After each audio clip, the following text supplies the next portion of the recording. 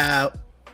We back at it again with my brothers. Drunk Sports Talk. I know how we started. We gotta start it off with a little shot woozy. Feel me? Yo, this one's going out to another fucking episode with my brothers right here. You heard? On top of that, let me just wish April a big happy birthday. Turning shorty birthday just passed on Sunday. I'll give her the ultimate shout out, even though I'm not a social media king. But what a better platform than a Drunk Sports Talk. Shout out to April. Word. You getting old, Salud. April. You getting old. Shout out to April. Salud. Salud. This shit awesome. Shit. Holy shit. Yo, that reposado was hit right there. Oof.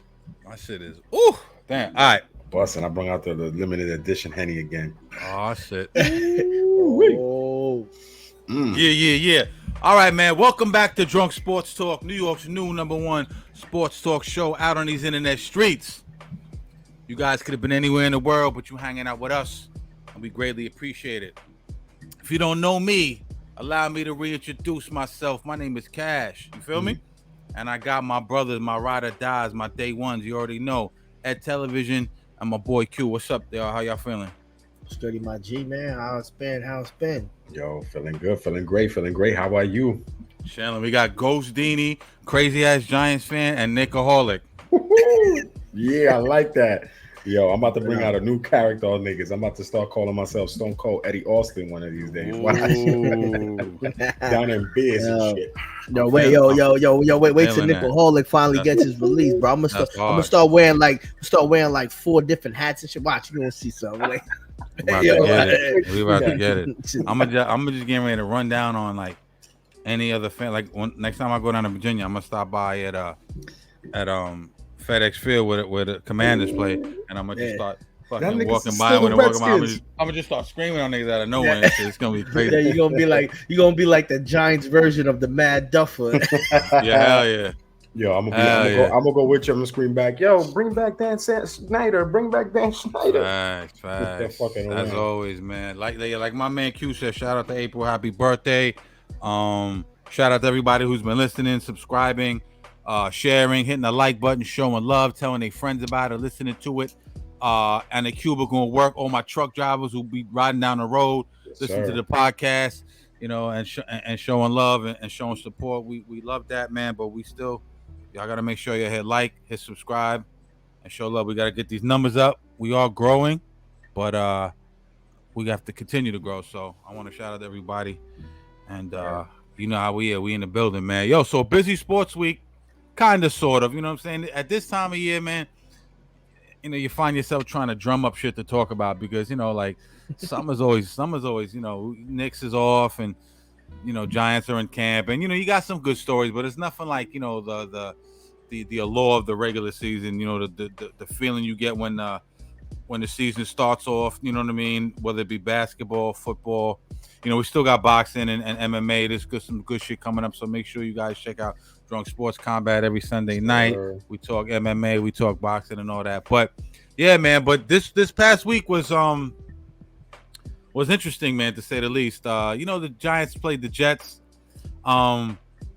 Normally the Jets and Giants is kind of like a thing in the preseason, right? Because they don't get to play each other really very much in the regular season. Yeah. So there's kind of like there's a little bit of buzz around it. Even though it's preseason, we all know they not really doing too much. But this year didn't feel like there was super buzz around it because they are playing each other in a couple of weeks. Mm-hmm. So the buzz didn't feel as much as it normally does. You know what I'm saying? Usually I got a bunch of people that try to get there and watch the game.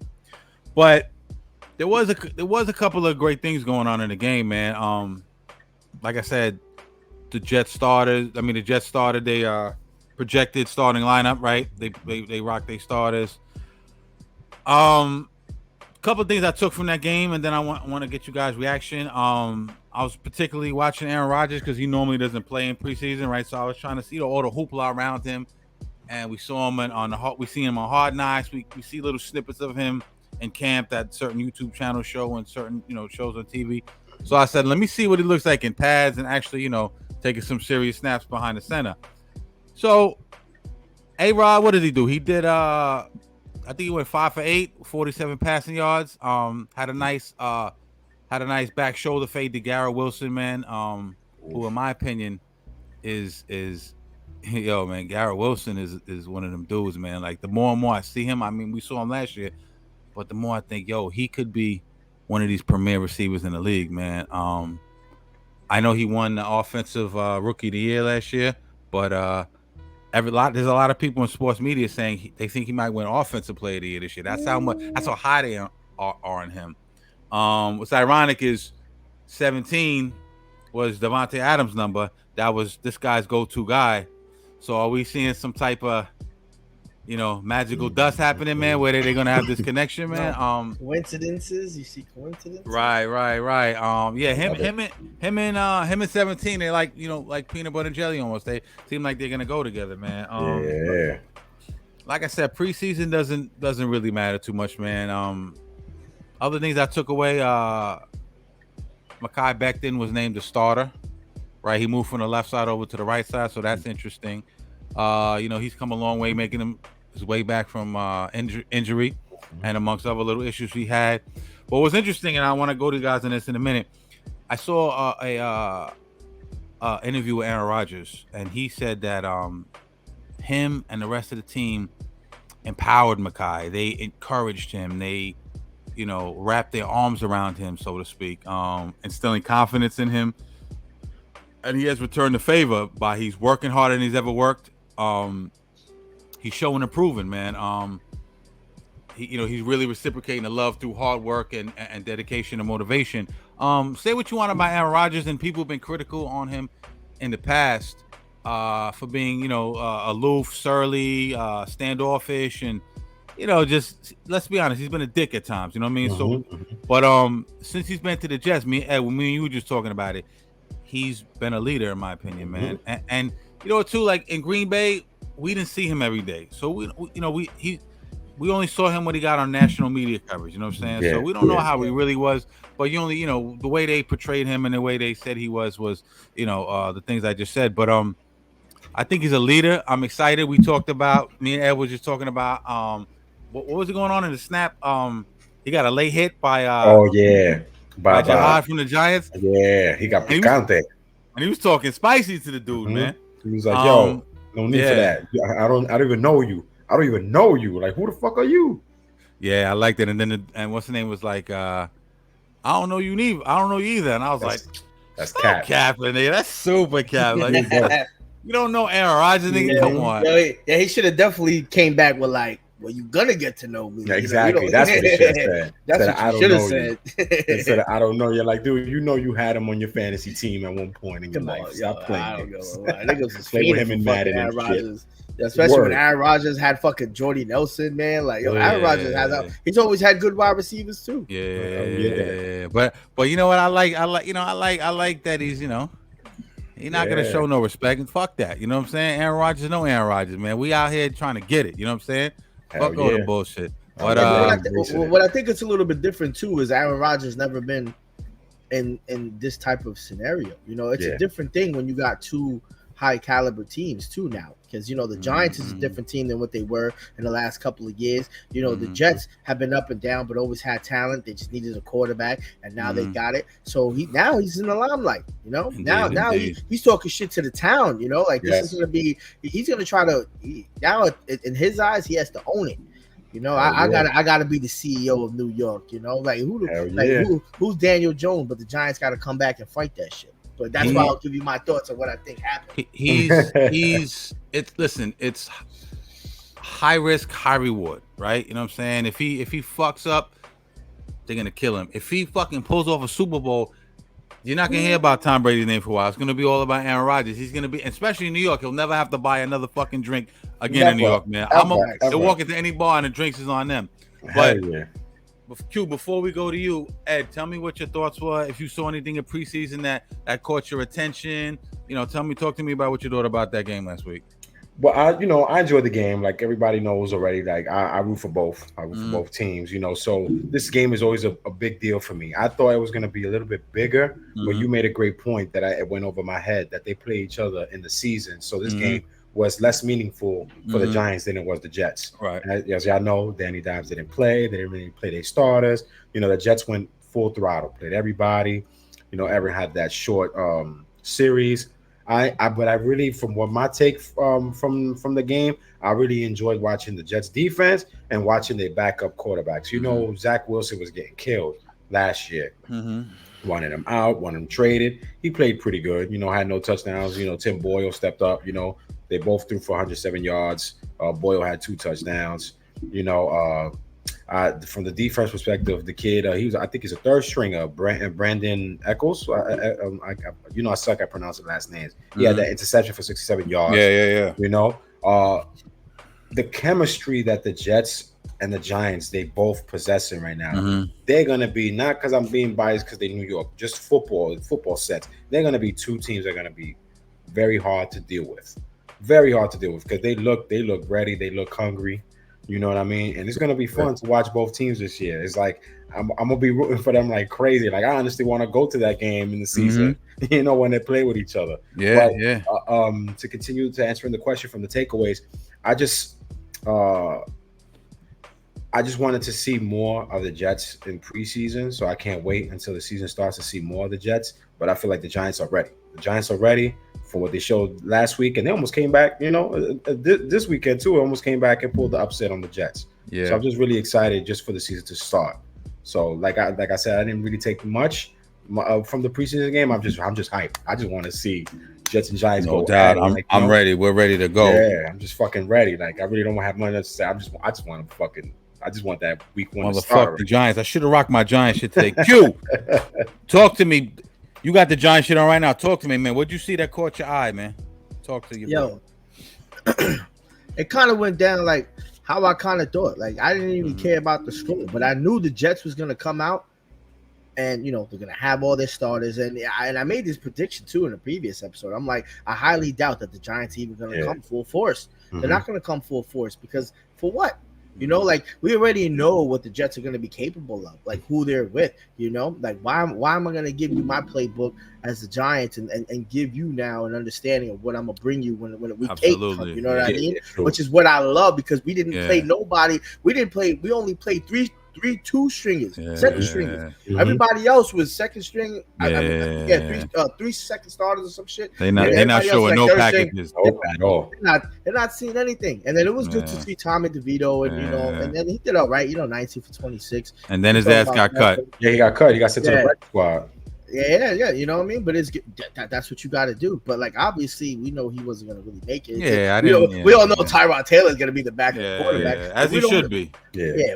Course, and we're not gonna need it, but you know, I expected to see them come back. You know, it actually gave me kind of a good feeling that if our second stringers are looking like that, and that's the type of group that we're not even playing you to our fullest potential, and that's what we're coming with, then that only goes to show what we're gonna bring when we have all our starters there, all of our leaders there. You know, granted, they got Aaron Rodgers, but let's keep it a buck. They only got that one leader. We got Daniel Jones, we got Saquon Barkley, we got veteran Darren Waller. We got a ton of load of a stack talent. We got the president, Wink Martindale. Ooh, and we got Wink Martindale. Yeah, of course. Like the leg breaker. We don't even have to talk about that right now. So like the stats, I don't even need to get into this because to be honest, I just watched the game just to see how it was gonna go from a couple of series. If everybody didn't think that Aaron Rodgers wasn't gonna come in and score at least one touchdown, then they must have been smoking crack. You know, because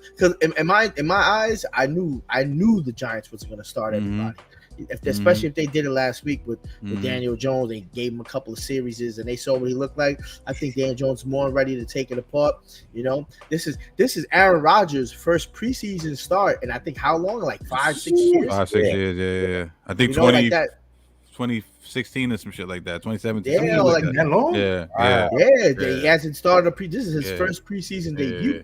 You know, so a big deal for him and the Jets for him to do that too. No, I like that he did that. Yeah. You know, but it's gonna be good. You know, this is gonna be a good rivalry. You know, like even though it's gonna be a good rivalry as opposed to like, you know, the Mets and the Yankees. It's always been like that, but there's always been I don't know if people understand. There's always been more favoritism toward the Giants because we win more it's a Giants town. It's a Giants town, just like it's a Yankees town. But the Mets try to hold it down. You know what I mean? Like they that's what you got to do as a Mets fan. You're not winning and shit. And the same thing, that's what you got to do as a Jet fan. You got to hold it down. I'm a fan. Don't be a sucker. Be like, damn, now I'm a Giant fan. That shit is. They win a Super Bowl, man. I don't think it's gonna turn into a Jets town, but there's gonna be a lot of Jets fever out here, man. Oh yeah, you know what I'm saying. Listen, I love Gang Green and Big Blue so much. Like, I'm at the age now that I just want to see both of them win. You know what I mean? Like, I want to see both of them in the Super Bowl. Like, I would love to see that. To see fucking both of them in the Super Bowl, so I can tell my grandkids, like, you know what I mean? Like, yo, I got to see. Imagine that. Imagine like on some Subway suits called the Subway Super Bowl. Yo, imagine that shit, son. Shit ever, the illest shit in the that's just the Metro North Super Bowl. Yeah, word. Yeah, no doubt. Yeah, no doubt. No, the New Jersey Transit Super Bowl. Oh, the New Jersey Transit Super Bowl. Yo, the PAF Super Bowl. Yo, yeah, the PAF Super Bowl, no doubt. MetLife Bowl. Yo, I would love to see that. Like, I just like I said, I just can't wait because these two teams, they both gonna be so fucking good. Like, I just feel people expected Jets to be good, and people are trying to pretend like the Giants ain't any good. But I got a great feeling about the Giants. I keep saying that shit. You know what I'm saying? But they'd be like, oh, it's gonna be the same old Jets. They had this person before, that person before. They didn't do nothing. They still talk about it. That's why I'm so high on this team. Because look at last year. Like I keep on saying, last year they almost made it to the playoffs. They just needed one win to make it to the playoffs. They have 4 different quarterbacks. You know what I mean? And this kid still won Offensive Rookie of the Year. Now he got Aaron Rodgers. I'm gonna start calling him Aaron Rodriguez because he's picante right now. Aaron freaking Rodgers. You know what I mean? The new A-Rod. And on the Giants side, on the Big Blue side, you add a guy like Darren Waller, big baller. Come on now, and then the Daboll effect heading into year 2, big expectations. I don't know, both of these teams are just gonna be so fucking great to watch. Like, I just want to color myself blue and green for the whole rest of the facts. Yeah, I stay blue, bro. Yeah.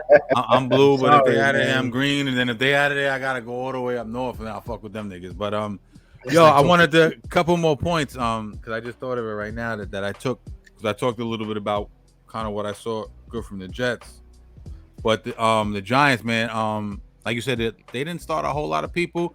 Trey Hawkins didn't start, which could be indicative of him maybe getting to start week 1, which is pretty impressive considering that he's a rookie and a 6th-round pick.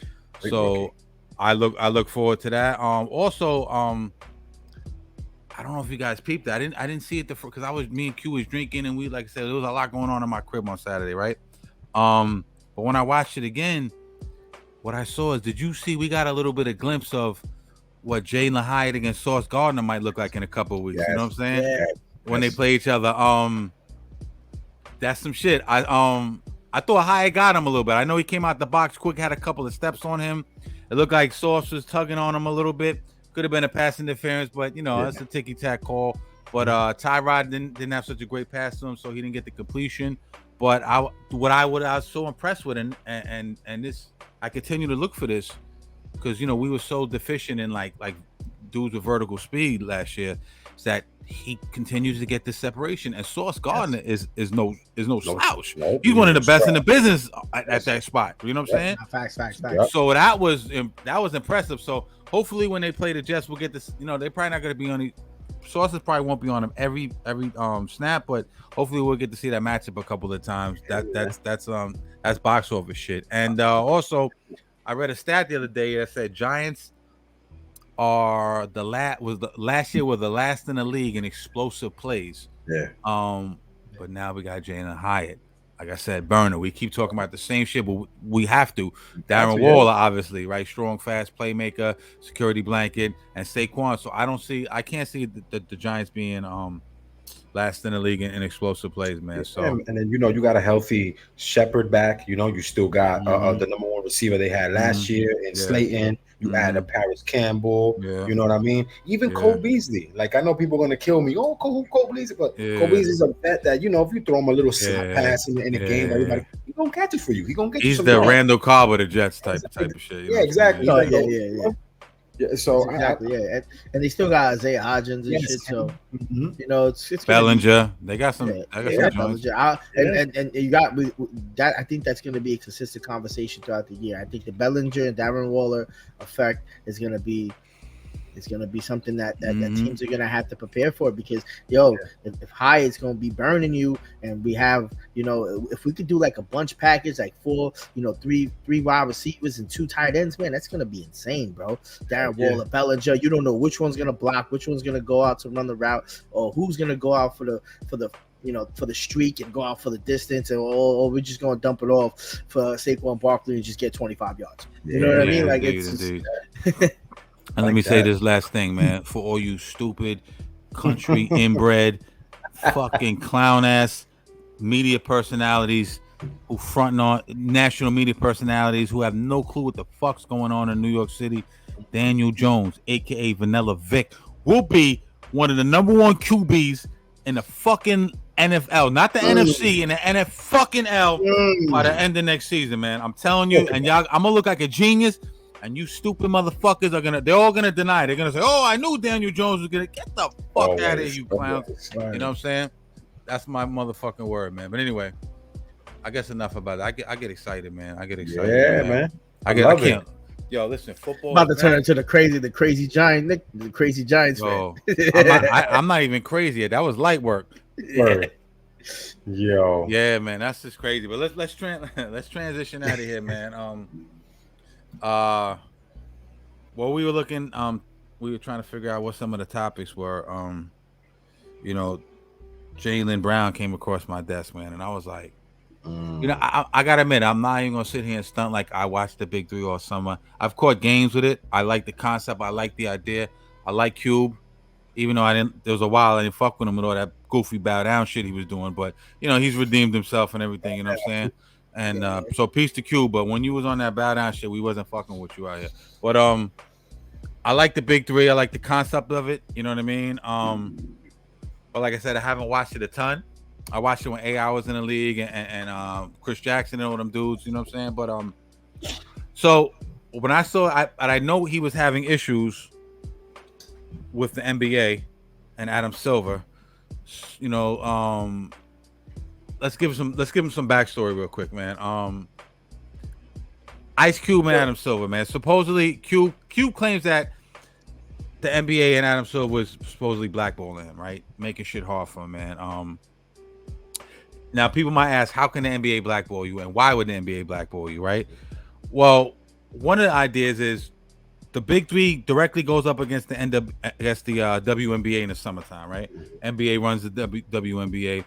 They haven't really been able to really market and blow the WNBA up to where they thought they would. So that's cutting into that market share. That's one of the things, right? Then Cube came out with this thing. Are you aware, called the Black America contract? Were you aware of that? We'll explain that in a little bit, man. So that's another reason we'll break down that whole shit. But in terms of you're cutting into the NBA's market shares, and NBA is powerful. You know what I'm saying? They have all the media locked down. They have all the TV contracts.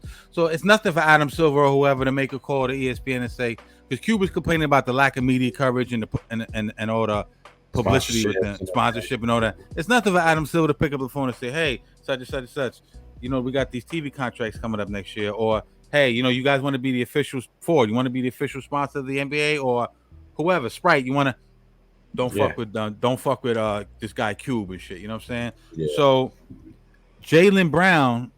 So then when I see Jaylen Brown playing this All-Star game, I'm saying to myself, well, did they squash the beef, him and Adam Silver, or is Jaylen Brown just giving Adam Silver the finger and saying, I'm gonna do what I want to do? Now we all know Jaylen Brown.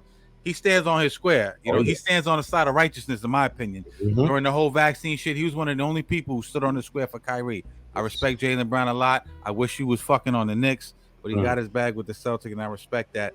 Q, I'm gonna go to you first, man. What's your take on Jaylen playing in the Big 3 All-Star game, shining a lot of light on that shit? And do you think it was Adam Silver kind of throwing out the peace treaty, or was it Jaylen Brown doing what he do? I definitely think it was Jaylen Brown doing what he does. Without a doubt, man. Like, when you have these big corporations and presidents, man, like these guys want to make decisions like just the same way the NFL used to do it to all these other leagues and CFL and XFL and all this other shit. You know, like they weren't blowing up, and Adam Silver could see that, especially when you have an iconic figure like Cube bringing in people that used to play the game. Yeah, like in the NBA, you know, and people can relate to that. It's not like you're just seeing somebody you never seen play. Obviously, you're not seeing them at the potential that they used to play, at the caliber, the level, you know. But you still seeing that name. I would go buy some tickets to see a little bit older, you know, Richardson and Jefferson. They are fucking then, you know, especially if niggas never got to see them before. At least I can say, hey, I went to go do it. I support it, and it was a good thing too, because what they did was just, you know, it was all for charity. And, you know, like, it's not like it's a big thing. It's not like Jaylen Brown was over here, like, busting their ass, you know. It was you can see him playing soft defense. You know, it wasn't nothing crazy. You know, he scored 9 points, you know, did what he needed to do. I think the takeaway from that is him agreeing to do it and siding with Cube to take the next step into something that could have been great. Like, to be honest, like when Big 3 first came out, I thought it was only going to take, you know, maybe 2-3 years to get bigger than what I thought it was supposed to be, but it's still falling a little bit short. And I feel like this doing it is going to be a good thing. You know, it was a London game. They gave it away to charity, you know, the money that was raised. So I think all around is just good energy, and Jaylen Brown stepping in and helping out Cube. I don't even think he did it I don't even think Cube initiated the favor. You know, Jaylen Brown was just like, dog, I'll do it. You know what I mean? Like, in the greatest shape of my life. I just got paid $300 million. You know what I mean? Like, I'm chilling, me. Like, what do you want me to do? I'm play soft basketball with some, you know what I mean? With some ill players and shit. Like, just have fun with it, man. Isn't that what's supposed to be basketball's for? You know what I mean? Yeah. Sports is supposed to be that. You know? Ed, what do you think, man? Like, let me ask you this real quick before you get into your point. What do you think what's the true essence behind this little, you know, beef with Adam Silver and Cube, in your opinion? Well, you know, the NBA from a business standpoint, I feel like Cube said, I'm just trying to piggyback on what Cube said in an interview recently when he was talking about it. He feels like the NBA is trying to run basketball in every single aspect. So, you know, Big 3 being a black owned business, and it gives the NBA that competition, gives that light away from the NBA when you see guys coming from the Big 3 and they still play in the high level and they play that old school style of basketball. You know what I mean? Like the style that, you know, I could say us three that we enjoy watching, you know, hand check in, you know what I mean? I like the idea of the 4-point play, you know what I mean? Like, you know, I even like, they got something called, when they foul you, they got something called something ball on fire, something like that, where they make you play one-on-one to see, you know, if the ball was lying or not. So it's like the hockey shit, right? That's that shit they do. Yeah, exactly. But touching up on Jaylen playing, I think his participation matters a huge deal. You know what I mean? And he made a statement not only to the NBA but to all the other NBA players that are scared of the business, like the back end businesses of the NBA, and scared to come out and speak out. You know, I like that he's outside of the box thinker. You know, he's his vision is that, you know, he always has this vision of the black economic empowerment, and, you know, him joining forces with a person like Ice Cube with a black owned business like this, you know, I feel like it's big not only for his community but big for basketball, but, you know, for years to come. You know, I know he came out to, you know, for Christ's sakes, the kid, he just finished signing the Supermax, the richest contract in NBA history, and then he makes a statement like this. You know, I enjoyed it to the max. You know what I mean? And I'll be honest, like you guys were saying, I only watched like maybe the first 2 seasons of the Big 3 because, you know, the names that they had, like all the names they had, and I kind of fell off. I even lost track the day in their 6th season, but I read 2 today because of the lack of coverage. You don't even know when the fuck this shit starts or not sometimes. Exactly. So it's like the N1 tapes at one point. I was like, what the fuck? Like, what the fuck they at? It's like, you know, they like show you a limited amount of it, and then for some reason it just fades away. I do want to touch upon something about, in my opinion, why I feel like the Big 3 faded away for a while. Because I remember when Paul Pierce, I don't know if y'all remember, Paul Pierce was saying, or Stack was saying, oh, watch when Kobe joins the Big 3.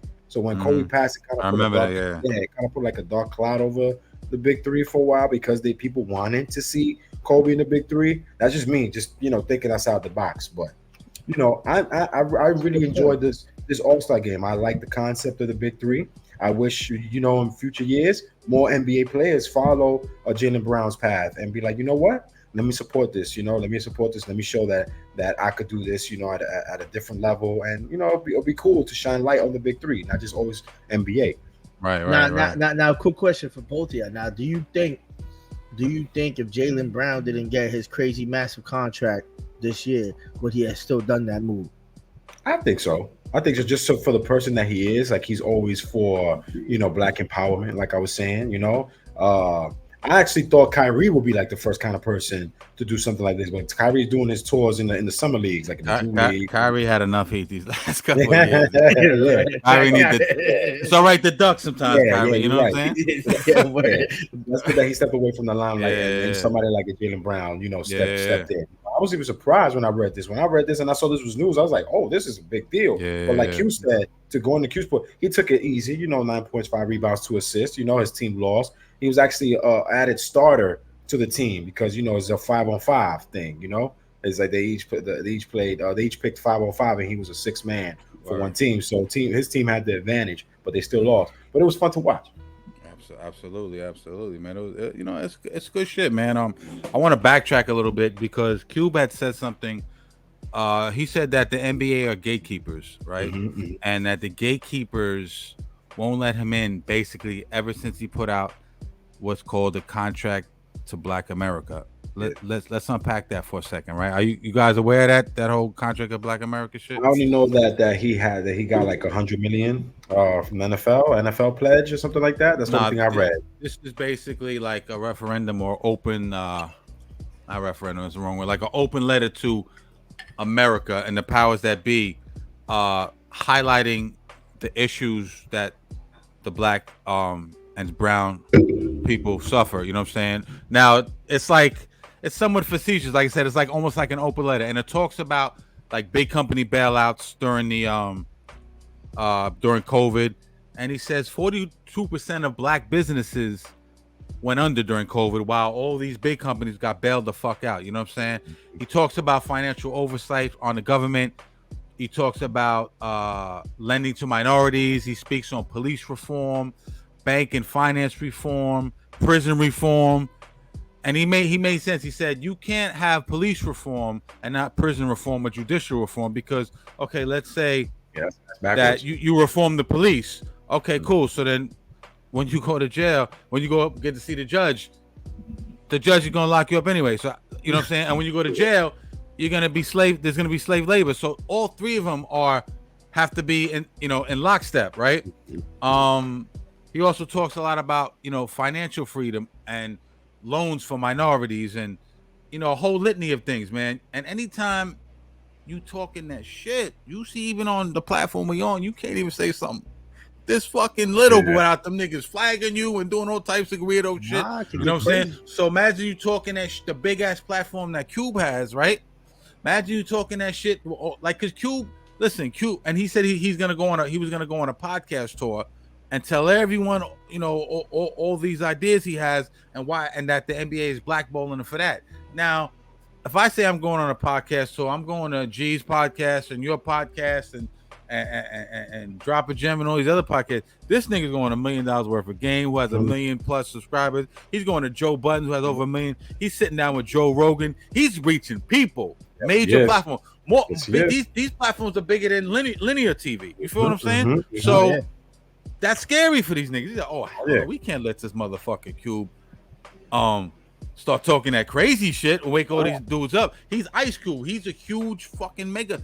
And you notice Cube ain't been making movies lately. You haven't noticed that? No, they got him. He did. He was on fire with the movies for 20 fucking years. Yeah. So to me, this is a concerted, cohorted effort to kind of silence him, man. You know what I'm saying? And respect. Let's take a shot for Jaylen Brown for having the fucking balls and the intelligence to do this shit after he got his bag. Yes, sir. Yes, sir. The blood done dried in the paper. The ink done dried. You feel what I'm saying? I'm on my Denzel shit hitting the table. But that's it.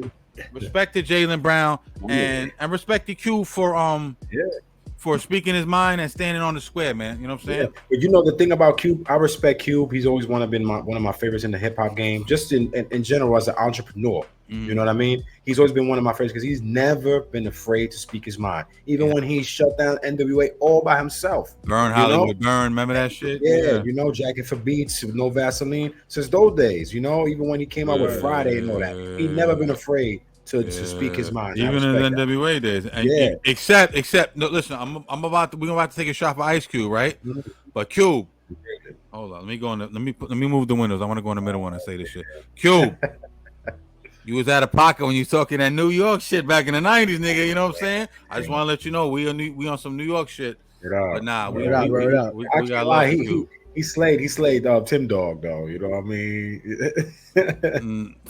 Nah, I don't want. I'll get ready to say some shit. Let me calm down. We are national syndicated. I got love for everybody. Shout out to Compton. I actually got a friend who's from Compton. Shout out to South Central. Shout out to all them LA niggas. I'm only playing around. All that shit is dead. Let's take a shot for motherfucking Ice Cube. You know what I mean? Yeah. Ow. This shit getting worse and worse. Goddamn. I gotta get some new liquor. Yo. But yeah, man, real talk, man.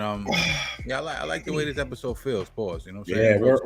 Yeah, it feels like thunder top. Oh! I love it. Thunder top. We need to patent a thunder top blow. We're gonna get shirts. Like you blow up and you know she has a hole in her mouth and like when you press a button, her face just goes down. That's fire, yo.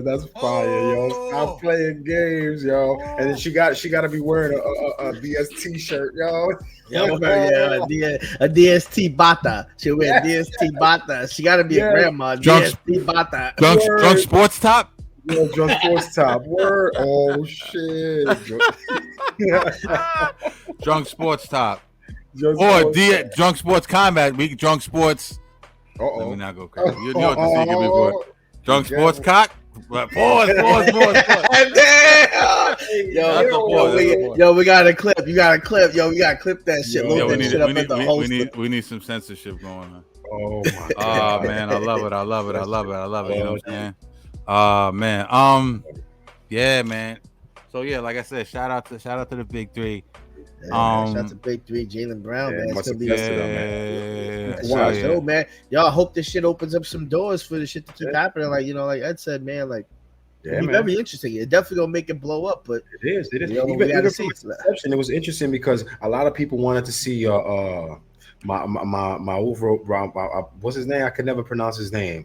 Chris Jackson. Yeah, Raouf. I always get it wrong. I was so happy to see him. Whatever. Yeah, Chris Jackson. Chauncey at 50, balling. He was 50 years old when he was in that shit, killing niggas. You know, you see Katino Mobley. He was in it. You know what I mean? Rashard McCants that got exiled from the NBA because of the Kardashian curse. You know, you know, even when, like I mentioned, even when they were talking about Kobe after his career coming over, I was like, yo, you can imagine Kobe lighting. I don't think Kobe was gonna do it, but it was good hype to just. I think he would have done it if Kobe said he wasn't. He said he emptied his cup as far as ball. He was into the movie. His daughter. He actually won a Grammy. He actually won an Oscar for one of his cartoon movies. He was into his daughter in the league. But I knew, knowing Kobe as a competitor, he probably would have stepped in one season, you know, just to kill me. Just maybe to give Ice Cube the alley-oop, you know. Yeah, exactly. You know, him being from LA. That's the only thing I can see him doing, or maybe help Ice Cube get some bigger names. You know, that get some other dudes and shit to come on over. Who do you think the biggest name in there was? Oh, Iverson. Iverson was the first year. AI was like. And I love that but he looked terrible. He wasn't like a player coach or some shit like that. Like he was a player coach. Yeah. And I fucks with AI, man. Real talk. I fucks with. And we're gonna get to some AI shit a little bit later in the show, man. Well, let's transition, man. You know what I'm saying? Yo, I truly believe that we are the greatest, most infamous, most gangster sports / hip hop show out on these internet fucking streets. You know what I'm saying? Up. I truly believe that. I don't think niggas can't fuck with us. You know what I'm saying? We only gonna get better. But there's another show that just came back, man. You know what I'm saying? Undisputed, right? The fake first take. Oh man, yo, no. First take. You know what? They were on hiatus for a little while, right? Should have stayed that way. Yeah, yeah. Let's unpack this. Shout out to Shannon Sharp. Let's unpack this for a minute, right? Yeah. Okay. Where do we start? Shout out to my man Unk, yeah. Where the Hennessy at in the black and mild? Bro, right here. I got the Hennessy here. Unk gotta come on the show. I'm telling you, yo. But let's unpack this. Listen, Skip and Shannon made for good TV when they were together. Let's be honest. You know what I'm saying? Now, were they a little repetitive with every day was LeBron, Tom Brady, and the Dallas Cowboys? So I kind of tapped out after a while. But Shannon's very entertaining. Skip was a little bit on some hater shit. But Shannon leaves the show, right? I'm just going to recap for everyone who, doesn't understand this. I'm going to give a brief recap. Shannon leaves the show, right? For a couple of reasons. They had a couple of fallouts. It started to get contentious at certain points. You can see they were outgrowing each other. But the two things that I can point out, when it happened with DeMar Hamlin, do you remember when God bless DeMar Hamlin, that tragic, that horrific night, I should say, jarring night? What happened up in Buffalo, or was it in I think it was in Sissy. Arrowhead, right? Arrowhead. I said Arrowhead. Let me relax. Arrowhead, right? So we all know what happened to him, right? Skip tweeted some crazy shit like why are they suspending the game? Let them fucking play it. Some real insensitive bullshit. You know what I'm saying? That got a lot of people up in arms, and I think he got in a little bit of trouble with Fox. Here, you want me to read the tweet for read the tweet. Yeah, read the tweet. Yeah. No doubt the NFL is considering postponing the rest of this game. But how? This late in the season, a game of this magnitude, too crucial to the regular season outcome, would suddenly seem so irrelevant. Like, dude. Very insensitive for the magnitude of that situation. You know what I'm saying? He basically died for a second and they brought him back, right? On some freak shit, right? He died for like 2-3 minutes.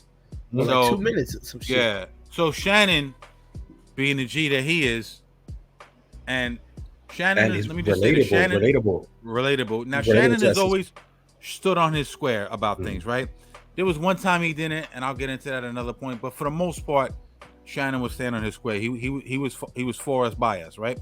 So he decides, fuck that. I don't like what Skip said. I'm not coming into work the next Thursday. He didn't come into work. Like I don't mean to cut you off. Is that it's what happened to his brother? Remember Sterling? What happened to Sterling? The same kind of things happened to Sterling. Yeah. My fault. Not with the heart, but no, you're good. It was like he was like paralyzed for a hot second or whatever. But I remember Sterling Sharp. Yeah, Green Bay, right? So he decides not to come in the next day. He comes in the day after, right? They get on the air, and Shannon apologizes to America, saying, I'm sorry, I didn't come in. Like you said, I just struck a chord because I remember what happened to my brother and I can relate and all that, right? He said, but he basically asked Skip to take down the tweet. Skip was basically like, this is my show, nigga. Like, cause everyone knows Skip brought Shannon in there. You know what I'm saying? Shannon used to work with CBS doing the football games, and then Skip kind of brought him back into the media. But he basically said, Skip was like, as his arrogant self is, I'm not taking it down. I'm not taking that shit down. Shannon wigged out for a second, you know what I'm saying? And they got into a little spat. That was one. That was one of the straws that broke the camel's back, amongst a litany of other things. That should have been right there. Right. That's sensitive even to something that was so close to home to Shannon. Right. But he's a professional, and the show must go on, right? Yeah. So true. the second time was, and you brought this up in pre-show meeting. Tom Brady. Like I said, everything is on that show was LeBron, the Dallas Cowboys, or Tom Brady, right? So Skip is a big Tom Brady guy. So Skip basically crossed the line and told them, they got into an argument about Tom Brady.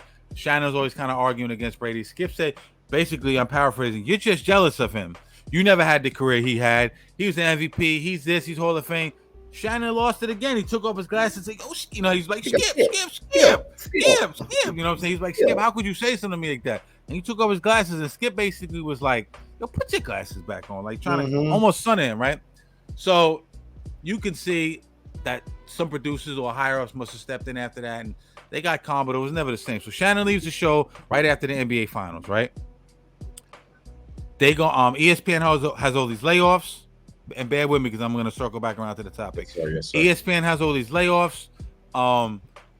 Undisputed goes on hiatus to kind of regroup and fix the infrastructure and kind of just, get a whole new plan together, right? So they wind up hiring Keyshawn Johnson, who was laid off from ESPN, right? Richard Sherman, Legion of Boom, Hall of Famer, right?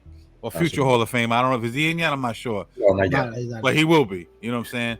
And 100% Hall of Famer, the playmaker, Dallas Cowboy legendary receiver Michael Irvin, right? Sir.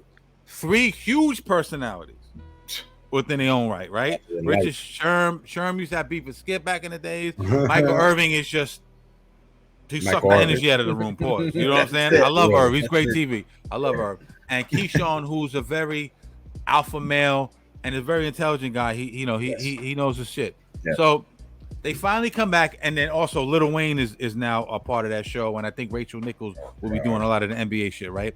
So it's an amalgam of like weird pieces, so to speak, right?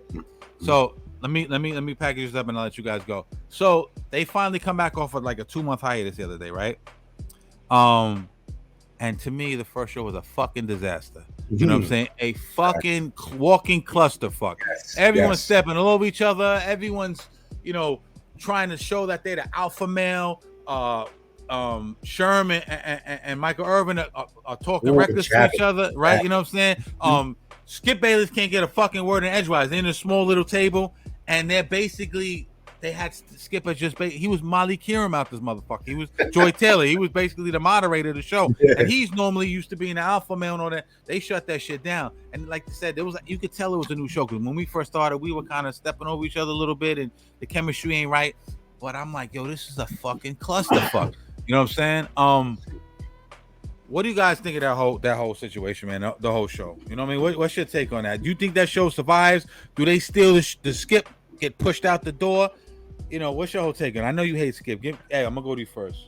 I can't stand Skip. I hated watching First Take when he was there. That's when Max Kellerman took over. I was so excited. Him and the Coon Master. You know what I mean? And as much as I mess with Shannon Sharpe because I followed his career, through the 90s and the early 2000s, I couldn't watch Undisputed either because I just can't stand Skip. I love to see Shannon. Shannon was a good aspect of the show. Right. Shout out to Hennessy all day, baby. Club Shay Shay. You know what I mean? Club Shay Shay all day too. But I just can't stand Skip, and I feel like the show will survive only because of TV politics. They're gonna find a way after the whole shit show of the first episode. They're gonna find a way to handle all these personalities in one room. You could tell that they already started too, by the way. Yeah, you could tell they didn't have no chemistry because when they were talking about bringing the show back, it was originally supposed to be Skip and Richard. They just they just threw in basically Michael and Keyshawn in there. They tried to one up First Take because Shannon, I believe, has signed this First Take. Yeah, and also First Things First. Also on Fox, is it First Things First? They try to one up both shows. I actually like watching First Things First better than Undisputed. I like Speak. That's my favorite show. But God, I'll fucking Speak. Shout out to Joy Taylor. Oh, baby girl. Anyway, damn, I lost my train of thought. You said her name. I lost my train of thought. Damn, you gotta relax. They try to one up First Take. Yeah, they're trying to one up First Take. So as you can see, it was a shit show. You know what I mean? Like when you sent me the clip of it, I couldn't watch the full episode because I'm like, yo, I feel like I'm in a high school lunchroom again, hearing everybody just speak over each other because they're so hyped.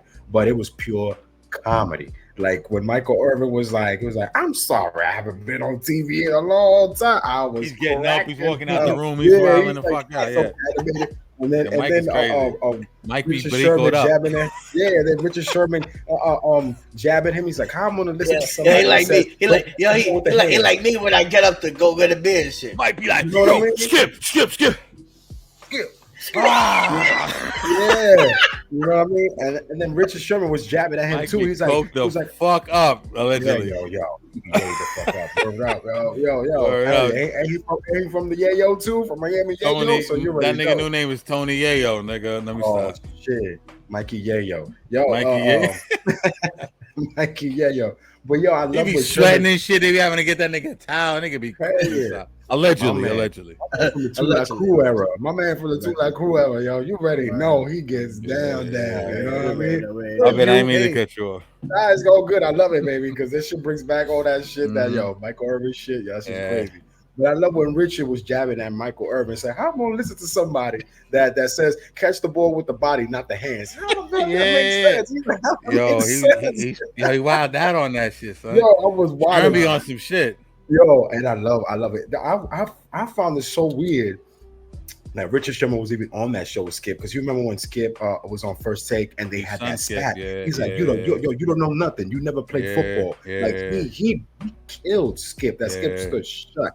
You know what I mean? But this is a taste of his I don't like medicine. that shit though when niggas do that. But anyway, go ahead. I love that. I love when they shut down motherfuckers like Skip down. Nah, but I don't like when they go, you never played. So motherfucking what? I watched the bitch. You know what I'm saying? I got a fucking opinion, nigga. Yeah, you're right. About, nigga. You're right. Anyway, go ahead. I respect that. Yeah. I dig it. Yeah. But I just love when they shut people like Skip down. Like when dialing back to the whole Skip and Shay thing. Mm-hmm. I felt for Shannon, because I remember watching that game where his brother almost lost his career. His brother was supposed to be like the next Jerry Rice. Sterling Sharp. Sterling was nice. Yeah, he was a beast, bro. Yeah. Like Brett, I know you said last week, fuck Brett Favre, but Brett Favre had a weapon in Sterling. You know what I mean? And then to do the whole thing, basically calling him a scrub compared to Tom. Like, this guy won 3 Super Bowls, 4 first, 8 Pro Bowls. You know what I mean? He's a 90s decade all-teamer. You know what I mean? Like Hall of Fame, and maybe top 3 tight end ever, arguably. You know what I mean? And he was a tight end hybrid. He didn't even want to play tight end. He wanted to be a receiver like his brother, a defensive back. He always says it. And look at the play he became. Mm-hmm. So, I was like, yo, fuck Skip, in that show, whatever. But going back to the whole beginning of the thing, I feel like the whole TV politics is gonna wind up keeping that show. They're gonna structure it correctly. They're gonna tell these guys to dial it down. You know what I mean? Let Skip be Skip. You know what I mean? And everybody gonna get their. They had a meeting. They had a meeting after that first show and shit. You know what I'm saying? They got to. Like, I could already hear the executives. Well, the show was. You know what I mean? Like, this show was horrible. I like your Caucasian voice. Let me hear that shit again. Mutations. Yo, Q, before I let you go, I just want to say something. And I was watching the shit today, and the shit just got weird, bro, because they have a new segment. And Q, you find this funny because you do super rapping nigga and shit. They have a section called Young Money, right? I was like, fuck? Wayne's on the show. He did the intro to the show. Intro's kind of dope actually, because Wayne can spit. Pause. Oh, but of course. they got they had Yellow Beezy. Yellow Beezy is his name? Yeah, right. Yellow Beezy. Who? Yellow Beezy, the dude from Houston. He I've heard of him before. He hang out with like Micah Parsons and Errol Spence and all that shit. And the other dude, his name was Aaron. Yellow Wolf. Yellow Beezy. This nigga's on. This nigga's popping. I've heard the nigga. I can't pardon me because I can't remember the other dude's name. Yellow Beezy. Yellow Wolf, yo. Wait, let me just. Yo, just another unknown rapper. Nobody knows. Yeah, Alan, some Spanish cat. They both signed to Young Money. Pardon, no disrespect. I don't remember your name, but and it's like Young Money is 2 like young artists, right? You know what I'm saying? Like they on that trap or whatever the fuck this shit is right now. And then you got like a 70-year-old nigga fucking interviewing these niggas. Like, what are they like? This shit is a super reach. You know what I'm saying? Like, it just seems like a lot of weird shit going on, and I don't know, man. Q, what's your thoughts on this, bro? Yo, man, they're trying to figure out a way to make it work, and trust me, it's gonna fail horribly. And I think at the end of the day, it's gonna be Skip Bayless, the one that's gonna be fucking the one looking stupid. Yes. If he's the one who wants to keep hanging around, you know what I mean? And obviously, with a group full of people who obviously he doesn't want to be around, making a type of show, having a type of conversation that we know he don't want to have and can't hold. Trust me, man. Yo, it's Keyshawn Johnson. Keyshawn Johnson know the business already. He's been around the block, man. Well, I don't mean to say that like he's been like bumping around, getting fired, but he know how this shit go. Yeah, Key been in it for a while. Yeah, I fuck with Key. I like the way he does his shit. Yeah, I fuck with Key too. Michael just started. Urban just came to this. You know what I mean? Richard Sherman just retired, son. That dude still could probably come back and defensively. You know what I mean? So he still has that hostility football drilling in him. You know what I mean? Like he'll probably tackle somebody in the fucking in the middle in the middle of a show.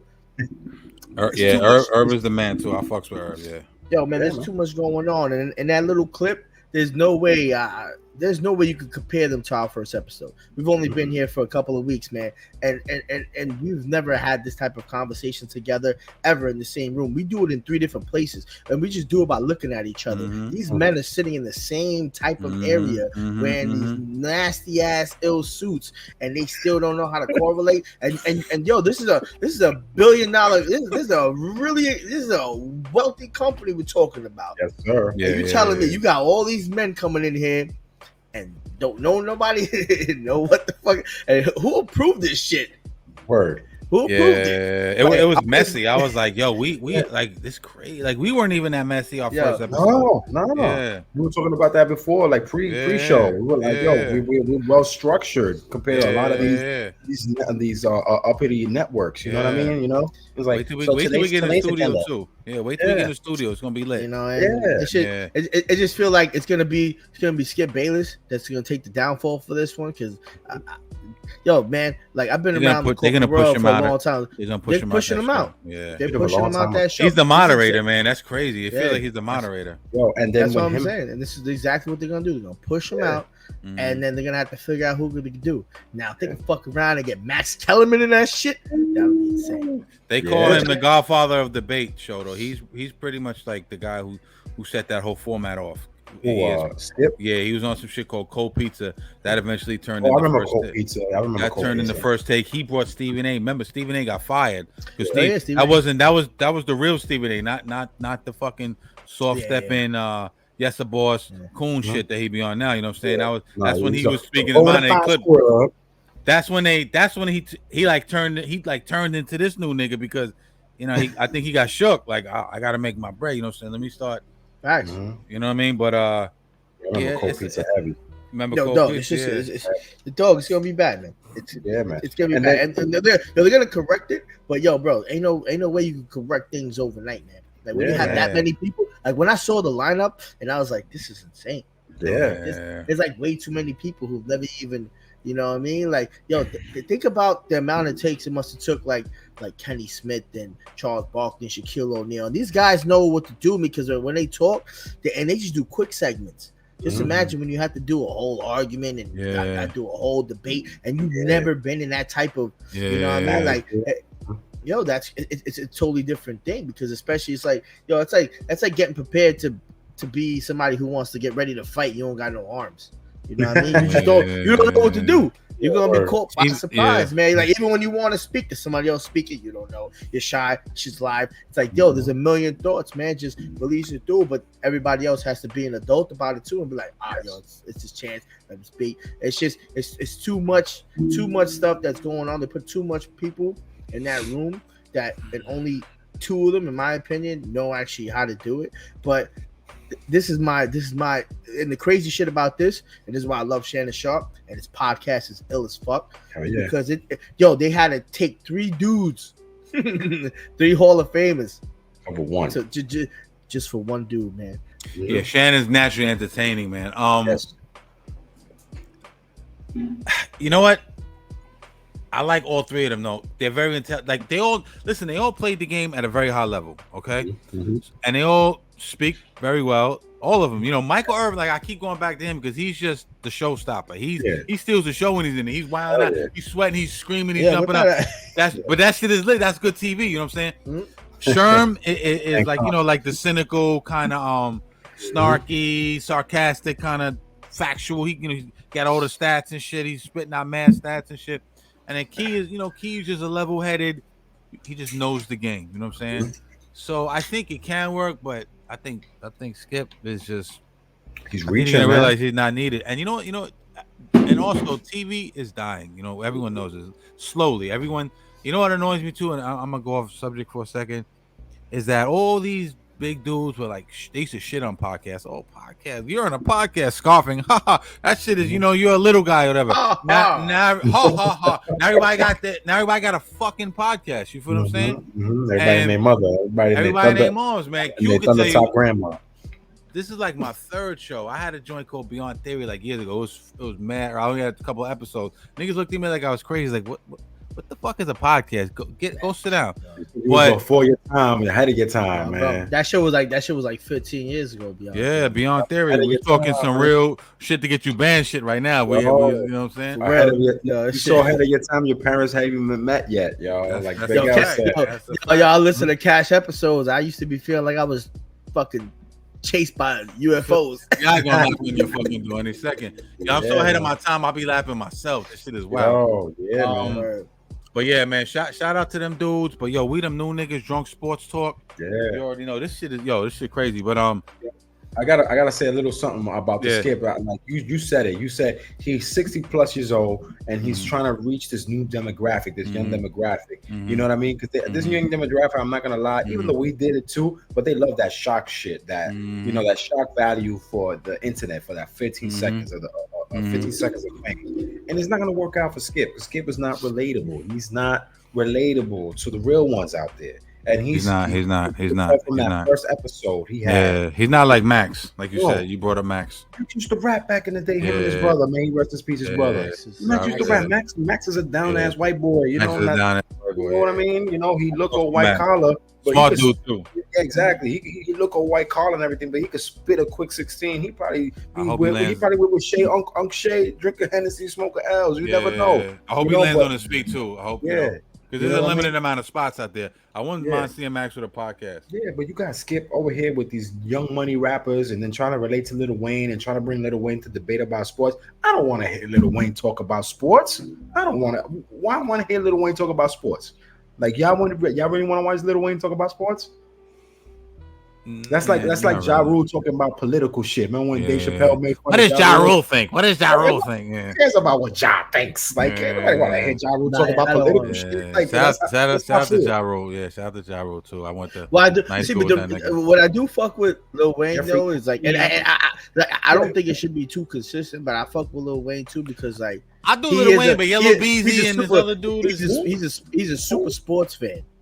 Yeah, he's a super sports fan. Yeah, like, you don't even know what the hell he's talking about. Like, you ever hear him talk about sports? Like, sit down and talk about. Like, what are you talking about, bro? Like, what are you talking about? Like, Alan Cubas. Alan Cubas. Yellow Beezy and Alan Cubas. Both signed that Young Money. You still don't know who the motherfuckers is. No disrespect, but I just know who y'all are. Y'all probably don't know who the fuck I am, but y'all gonna know me. Y'all gonna know us. 100%. You know what I mean? Ain't nobody gonna know y'all.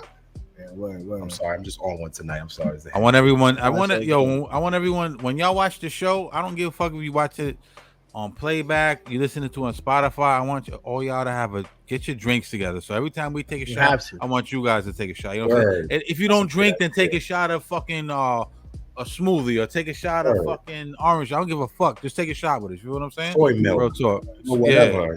Yeah. Blunts. If you got to drink cold water, drink cold water. We don't care. Just we don't take it. Yeah, take a shot, drink with us, man. All y'all part of the family. Word up. But yeah, that was good so far. Yo, we got one more segment. I was trying to think of a segue to do it, but there ain't one, so we're just gonna go right into it. Yo, and I'm gonna tell you why I kind of came up with this segment. Me and my son, shout out to Ray. Shout out to Ray. Shout out to Ray. We always have these little debates. So one day we were just comparing like NBA players, man, and you know normally like he either smash me or I'll smash him. Pause. That's crazy. You know what I'm saying? But I'm just talking about in terms of like debates. But this debate we had was kind of like, damn, like I don't know, I can't call it. And the debate was who's better. We always have these like fictitious fantasy fucking like contests and so it was like AI, Allen Iverson, or Dwyane Wade. And we were really like going at it, man. And I even when I would make a point, I'd be like, damn, but you know what? This dude is better. Then I'd be like, but damn, this dude is better. So I said, let me bring this to the show because this is some shit everyone can relate to or everybody can fuck with. Both Hall of Famers. Who's better in your opinion? Who had a better career, bigger impact, more skills, the whole 9 yards? Allen Iverson or Dwyane Wade? Ed, I'll go to you. Damn, why? I knew you was gonna go to me first, yo. This shit make me want to cry because I fucks with these two. I thought Q was gonna get up and get a beer, but I was wrong. I need a beer. Nah.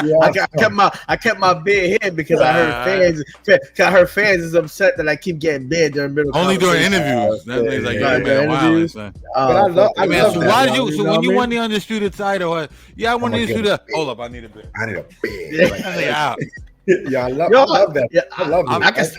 I can still hear it. I'm still hearing it. No, I know you can, but they didn't know. They be like, "Yeah, man, be wild." So, I like that. I actually love it. Like, yo, I'm gonna get. I love it too. But the niggas, Corey Spinks is looking at him like, yeah, like what? Yo, I fell off my chair. That Corey Spinks didn't give a shit what I was doing. Corey Spinks just wanted to tell his story, bro. He tried to hold it. He was like. Yo, I can't lie. Me and Cash try to keep it professional. Yeah, we did. Laughing, he couldn't hold it. Fuck that laugh, bro. That's the whole point of the show. We different, bro. He was like, you gotta laugh. You gotta laugh. You gotta laugh. You looked at the camera. You was like, shout out to Corey. Shout out to motherfucking Corey. Shout out to Corey. Fucking 5-time undisputed champion. If you haven't watched the episode, go back into the archives of Drunk Sports Talk and check that shit out. That nigga's a legend. Shout out to that legend, man. Ed, talk to me. AI Wade, man. All right. This one hits home because I love Allen Iverson. I saw him from beginning to end. Same thing for Wade. You know what I mean? Yeah. But I'm gonna have to go with Wade.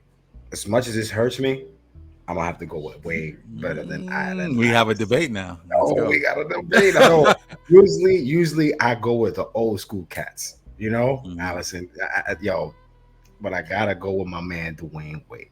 The reason why I go with Dwyane Wade is because I feel like he accomplished more in his career than AI. In terms of what? Championships. I always wanted AI to win at least one or two, and then there was times AI could have had better teams with him, but his AI's attitude, like, you know what I mean? AI is like, I'm that dude, like I don't need nobody. You know what I mean? AI's a dog. Yeah, and I just wish AI took a step back. Like, me in retrospect, when AI was doing this, I was riding with AI. Like, you don't need AI. You don't need nobody AI. You by yourself. You could run it. But now in retrospect, as a grown man, I'm like, I wish AI would have like retract a lot of those statements and be like, you know what? Let me get somebody, to help me. You know what I mean? Like win this chip. And to be honest, I know Wade is a big AI fan. Like, he brought out AI for his Hall of Fame speech. He just got inducted this year. And I believe they was either at his last game, but I saw Meek Mill, Kevin Hart, and AI on the sideline when he torched Philly, like one of his last games. I don't know if you guys remember that shit. Yes. He was talking shit to them niggas. You don't remember that shit? That shit was lit. Yeah. And shout out to Dwyane Wade for his Hall of Fame speech, bringing up AI and told AI straight up, yo, you are the culture. You are the culture. The culture of NBA we see nowadays, he started it all. The braids, the tattoos, the sleeves, everything, the hip hop. He took it to another level. It's not like other people before him didn't do it, but AI took it to another level. Who get a little props to that, but it wasn't as big. Not to cut you off, is Stephon Marbury. But go ahead. Everybody can look at me like I'm crazy, but no. You're right. Brooklyn's own. You know what I mean? Straight from Lincoln High School. Coney Island projects. You know what I mean? You're absolutely right. But AI was such a cultivated figure when it came to that. My man dropped a hip hop album that they never let him come out with it. Jules, because he was talking some crazy shit. Remember the Jada AI shit was legendary. You know what I mean? The what was it? The Reebok, the shit, that shit was fire. So when you think about that part of the game, how AI created it, and he even said, Dwyane Wade said, I started rocking the 3 in college and in NBA and wore this arm sleeve because of you. So he gave him his flowers. But at the end of the day, career-wise, and I'm not taking nothing from Iverson, because Iverson was my dog. You got to show and prove right now, because I'm looking at some stats. Go ahead. All right. The only reason why I'm picking Wade over AI is only because of championships, because I wanted AI to win so bad. And there's a lot of stats that I was reading today, like when I was catching up, that I was kind of flabbergasted. You know what I mean? Like one stat was that my man AI won 3. He was the steal leaders 3 times in a row, right? Three years in a row, and he never was on a defensive team. that kind of blew my mind. I'm like, how you the lead in steals and don't get, they kind of blackballed AI a lot. His whole career, you go back and you look at AI's life, they always blackballed AI. Yeah. You know what I mean? And AI had the scoring titles and all that, but the older I am, the more of a team-centered person I am, and that's why I respect D Wade. That D Wade was the man in Miami.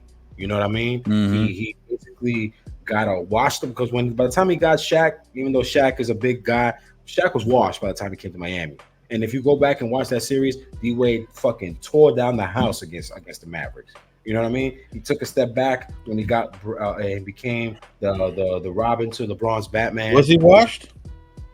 Come on now. So why didn't they win the year before then when he wasn't there? When he had Lamar Odom and Rafa and all them.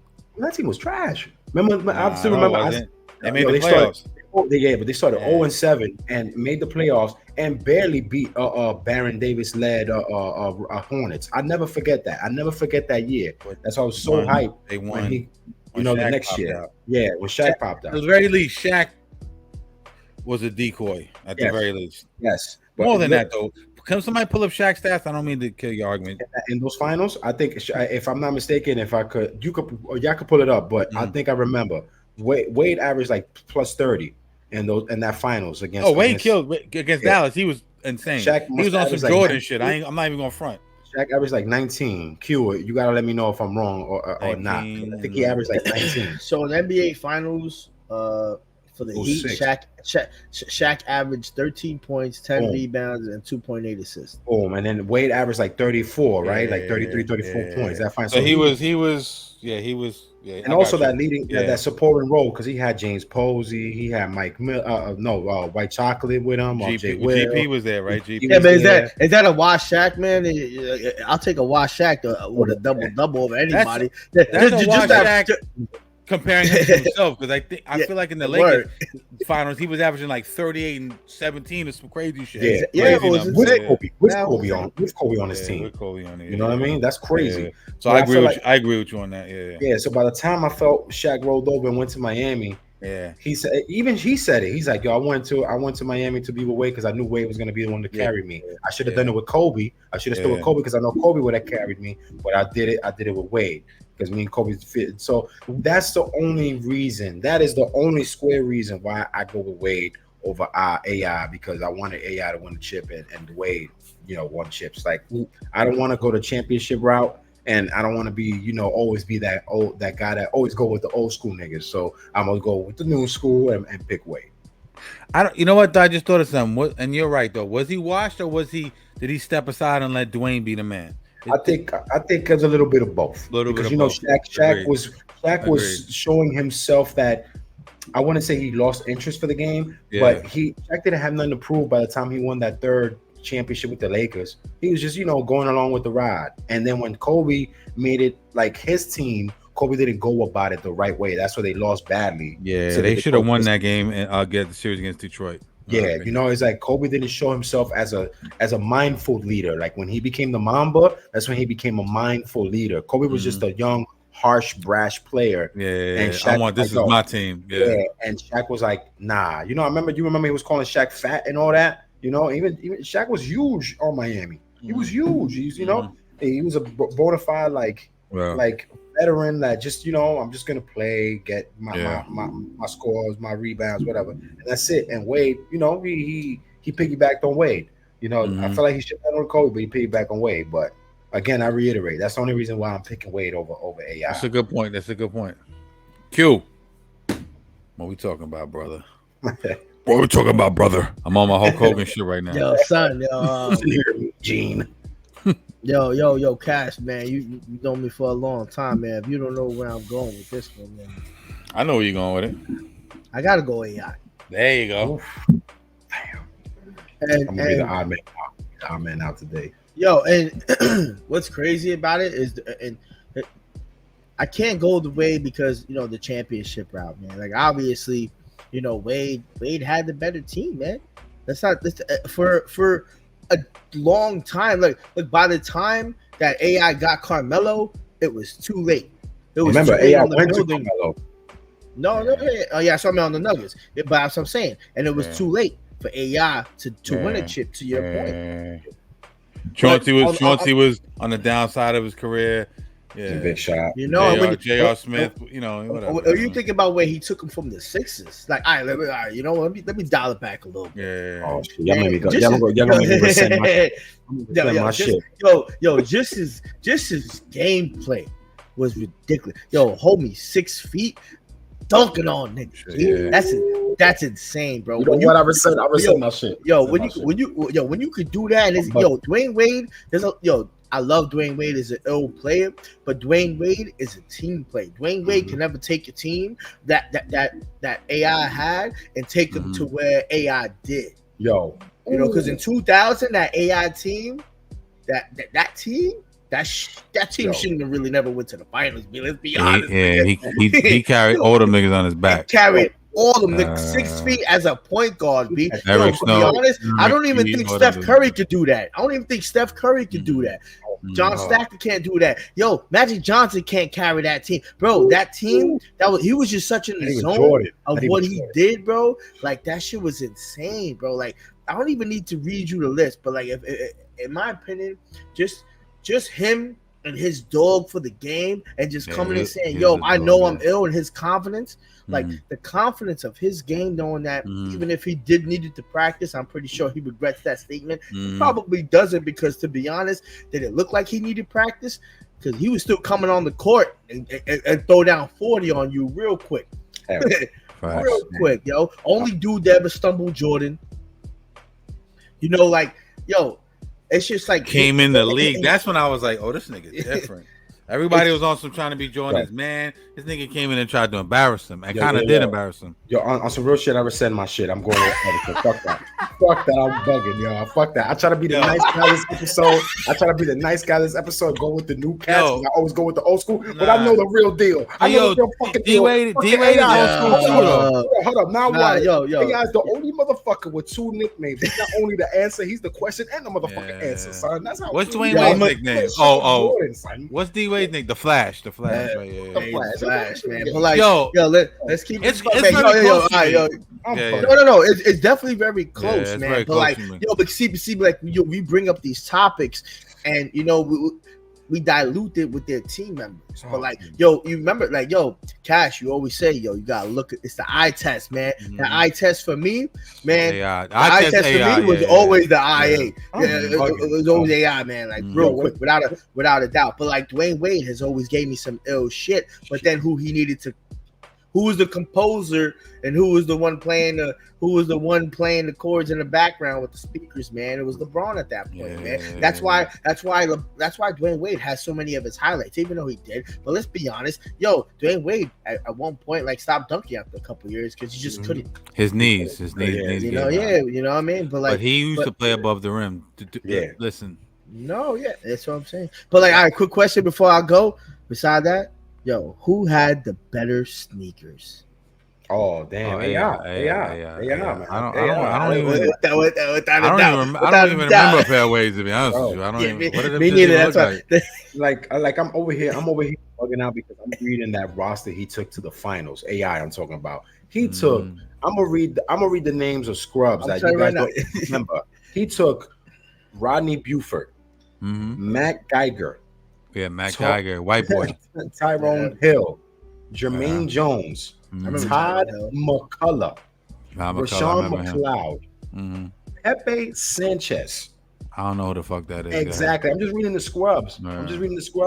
He had a young Rajah Bell, Speedy Claxton, George Hill, Aaron McKee, Kevin Ollie, Eric Snow. And Eric Snow. Yeah. Like, he took that team against the Lakers that were stacked. I don't even want to. That's when he stepped over your boy, Tyronn Lue. Tyronn Lue got gray after that shit. You don't remember that shit? He's like automatically aged like 15 years right after that shit. Automatically. That's crazy. I'm bugging out. See, I try to be the nice guy this episode and be like, you know what? Don't ever be the nice guy. Always keep it real. Drunk sports. I'm gonna keep it gully. Word up, man. I know my nigga Egg got a do his shift. So I'm gonna be super fast with this, right? Nah, take your time. We got time. Yo, there's days I say AI and there's days I say Wade. So it's not like it's a wash to me. I'm gonna read this off. Points per game, right? Lifetime. AI 26, Wade 22, right? Rebounds per game, they're really guards, doesn't matter. But AI 3.7, Wade 4.7. Assists 6.2 to Wade's 5.4. So he got him in points and he has him in assists, right? That's Iverson. Steals per game, Iverson 2.2, Wade 1.5. So he has him in assists, points and steals so far, right? That's season. That's season. This is lifetime. Lifetime. Yeah, total points, right? 24,000 is really close to 23 and some change. Total points, I will skip that. Total assists, right? So okay, so blocks, Wade has it by a lot. Total game, see field goal percentage, all that shit is bullshit, right? Okay, points per game, rebounds per game. I saw Wade was 4 inches taller though, too. Yeah, true. Yeah. And Wade, I remember Wade as a guard, he led the league twice for a guard in steals. I mean, not steals, blocks. Right. I think Wade led the league once in Wade. Okay, so Wade led the league once in scoring. He was obviously 3-time champion, the Finals MVP, 13-time All-Star, NBA All-Star MVP, 2-time first team. Yo, he's Wade. You know what I'm saying? And rookie led the league in scoring 1 year. Iverson did it 4 times. Iverson did it 4 motherfucking times, man. With the MVP, with the Rookie of the Year, and just like you said, you got to take into account the cultural impact that of Iverson, bro. Like it's just insane, man. We have 4-time scoring champion, has an MVP, 11-time All-Star, 2-time All-Star MVP, 7-time NBA first team, 3-time steal leader. That's they sleep on that Rookie of the Year. That's what I'm saying. Right? That he was a steal leader, but he never won all defensive. Like how you a steal leader never won all defensive? That's great because they say he was like a help defender. He would play the lanes. But anyway, but that's still defense. It's still defense. Let me say this. Cultural impact, right? Just a dog. Get left everything on the court. Played injured. They say AI is 6'1". He's more like 5'11". You know what Kobe said? What? Kobe said if AI was 6'6", best player all time. Yeah. Best player all time. Would go up amongst the trees. Just a dog. I remember Jordan said this funny story real quick. They said that Jordan has a lot of love and affection for AI, and he had him at a Charlotte Hornets game one time in the back chilling with him or whatever, right? And they go, and AI was, even though he crossed Mike over, you could look at an interview, he's a super Mike fan. He always said Jordan's his favorite player. He grew up watching Jordan, and he goes, and a lot of people know. I think Jordan had like 40 that game too. Like that was kind of swept under the rug because of that move was like he did it to Jordan, but twice. He had it, twice. That's crazy. He had him at a Hornets game, and he goes, "Yo, Mike, he said the first time he saw Mike, he said looked like he levitated. He wasn't even real." But he had him in the back of that shit. He was like, "Yo, Mike, I love you, Mike. I fucking love you, Mike." He always would say that. And Mike said, "Man, you don't love me. You would have never crossed me up, you little bitch." Mike is a real one. You know what I'm saying? But, let me ask you a question. I'm looking at the playoff stats. I will have Iverson on my team all day in the playoffs over Wade because he overshadows Wade in the playoffs. Listen, even though Wade has been in the playoffs, Wade only missed 3 playoffs in his 16-year career. You gotta count. Listen, I'm gonna say AI slightly, very, very, very slightly. I think I can change my mind tomorrow. Like I go back almost 30, almost 30 in the playoffs. AI. The chip. You gotta say the chips, the 3 chips, right?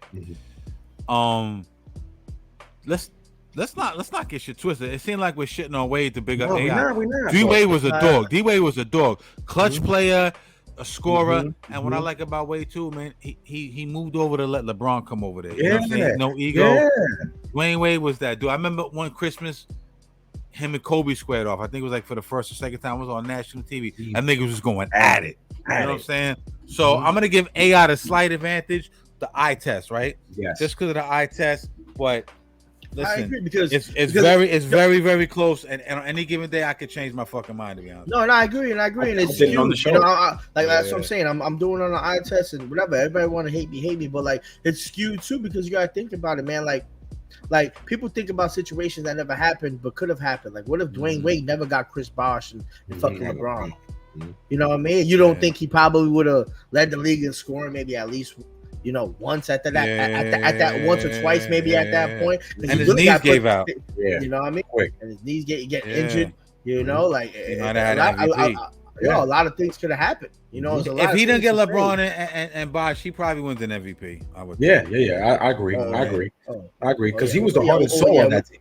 No, yeah, it's like when A-Rod came to the Yankees, Jeter kind of had to not. Actually, no, the other way around. When A-Rod came to the Yankees, he kind of had to step aside and let Jeter be the man. You know what I'm saying? Like, even though Jeter was the man.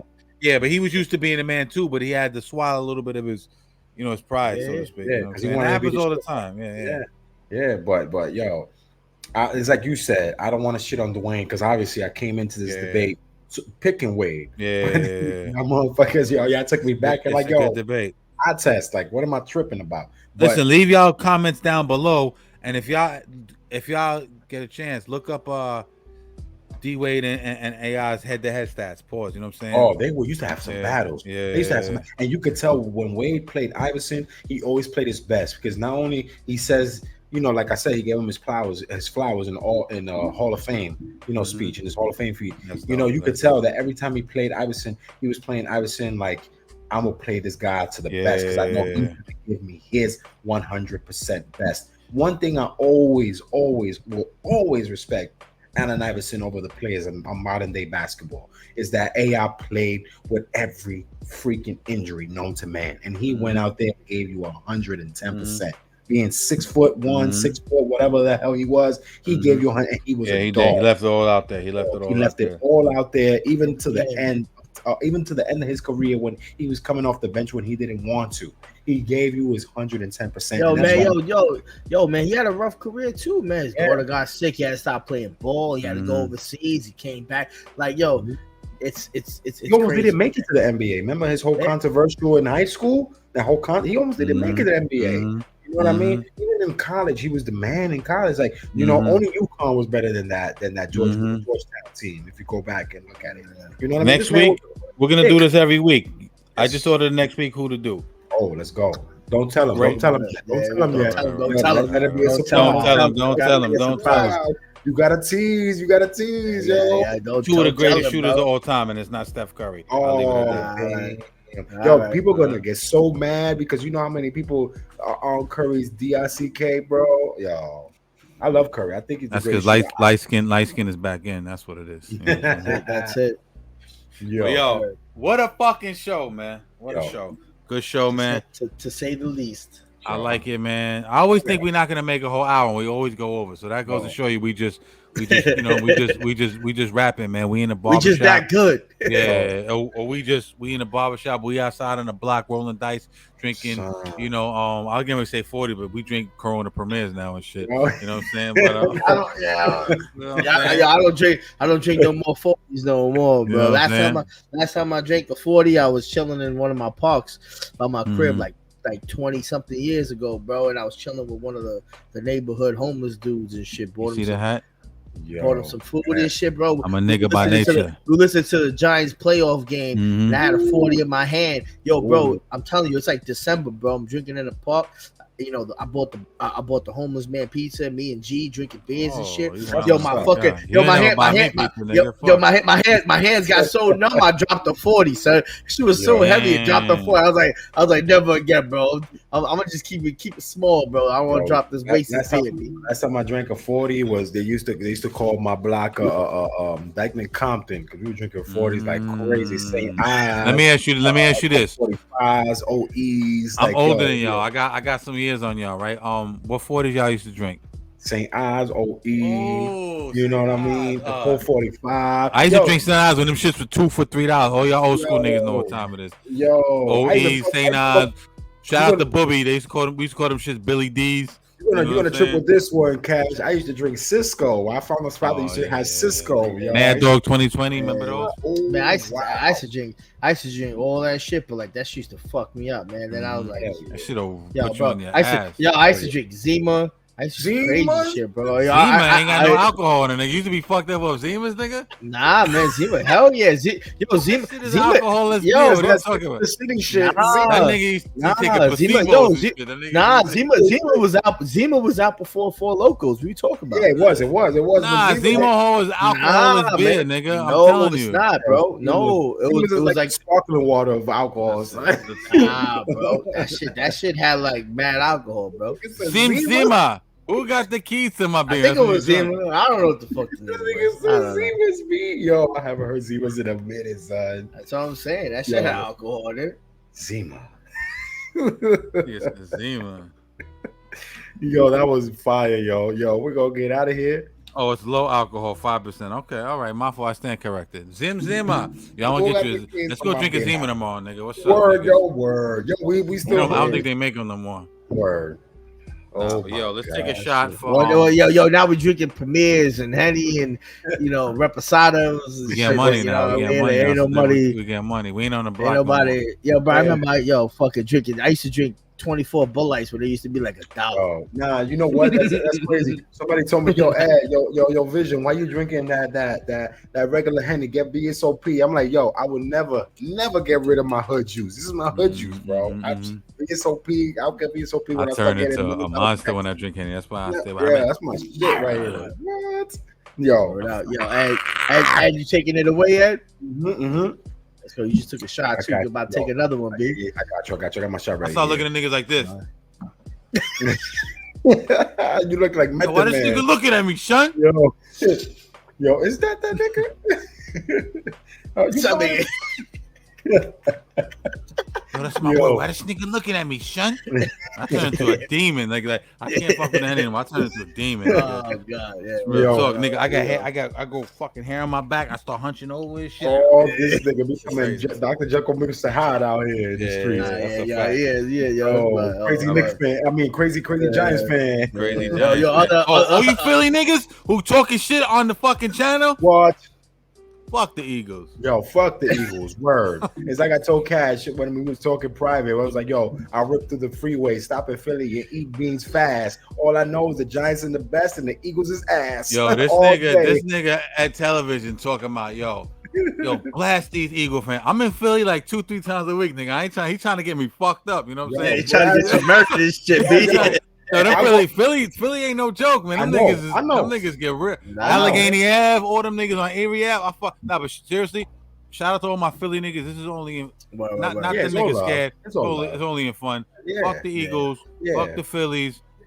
And fuck the Sixers. Fuck the Flyers. But but shout out to all the Philly niggas, man. I fuck with y'all niggas, but this is only on some sport shit. You know what I'm saying? Word out. Facts, everybody in NFC East if you're not winning Big Blue. Word. Anyway. Except for Washington, I feel bad for them because they whack. Let's go. Nah, fuck them niggas too. I lived in Virginia for man long. Them niggas talk reckless out there. Shout out to all my DC niggas though, and my Alexandria niggas and my Northern Virginia niggas. You know what I mean? Let's go. All right. Instead of who? Let's go, Ed. All right. This toast is for. Once again, episode this is 11, right? Episode 11, episode 11 of Drunk Sports Talk. Number 11 to infinity. You already know. Make sure everybody like and subscribe. Y'all gotta like and subscribe, man. We be giving y'all dope content every week. Y'all know y'all love y'all show. You love y'all show. This is the best. Like my man Cash says every week, best show in these internet streets. You know what I mean? Mm-hmm. Shout out to all the love. We on your block. Yes, sir. Shout out to all the love. Shout out to all the hate. I'm gonna do a little twist here. I'm gonna manifest to our show. I'm gonna manifest our show being the best show by the end of the year. The end of the year, best sports program by the end of the year. Let's manifest that, fellas. You know what I mean? And with that said, salute. I love my brothers. Salute. Love you too, my nigga. Salute, my G's. Get it. We'll see y'all Sunday for Drunk Sports Combat. Check out that Indonesia. What is his name? I can't pronounce that shit. Strickland versus Adesanya. Adesanya, yeah. Adesanya. Make sure y'all check that shit out. September 9th. That's September 9th. Oh, I thought it was this week. Not this week? Not this week. This next weekend. Right. We still got time. Don't listen to what I said. I'm drunk. Fuck. Yo, we lit, baby. We lit. Yo, I think this is the latest I've been since episode 1. For real. That's it. All right, my niggas. Yo, GS. Sports Talk. Out of here. Peace.